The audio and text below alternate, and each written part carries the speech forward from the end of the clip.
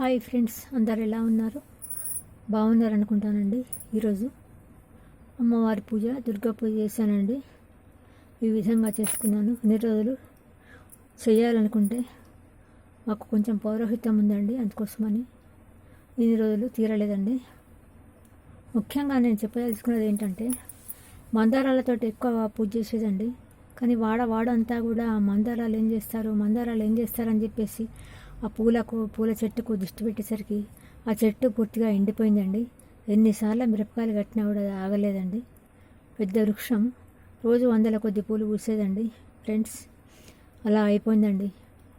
చిన్న చిన్న మొక్కలు ఇప్పుడే పెట్టాను, అవి పూల మొగ్గకు వచ్చినాయండి, అవి పూస్తాయండి. ఈరోజు మా బతుకమ్మ, గౌరమ్మ, తర్వాత వాయనాలు, తర్వాత చిత్రాన్నాలు అవన్నీ పక్కకు పెట్టానండి. మడితోటి చేసినాయి కదా. లక్ష్మీ పూజ, గౌరమ్మ పూజ ఈ విధంగా చేసుకున్నానండి. శ్రీ గౌరీ శివుని శిరమందు ఈ గంగ చిందులు వేసిన శ్రీ గౌరీ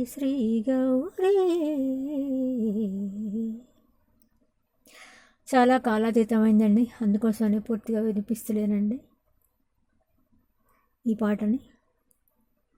మీరు కూడా ఒకరోజైనా కూడా చక్కగా చేసుకోండి. నవరాత్రిలో అమ్మవారికి పూజ చేసుకోండి ఫ్రెండ్స్.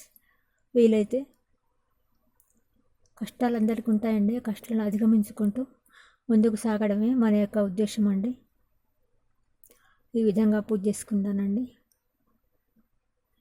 అందరికీ ముందుగా విజయదశమి శుభాకాంక్షలతోటి వానమామల అరుణాదేవి యూట్యూబ్ ఛానల్ నచ్చితే లైక్ చేయండి, షేర్ చేయండి, సబ్స్క్రైబ్ చేయండి ఫ్రెండ్స్. ఉంటారు. మీరందరూ కూడా ఆయుర ఆరోగ్యాలతోటి ఐశ్వర్యంగా ఉండాలని అమ్మవారిని ప్రార్థిస్తూ కోరుకుంటానండి.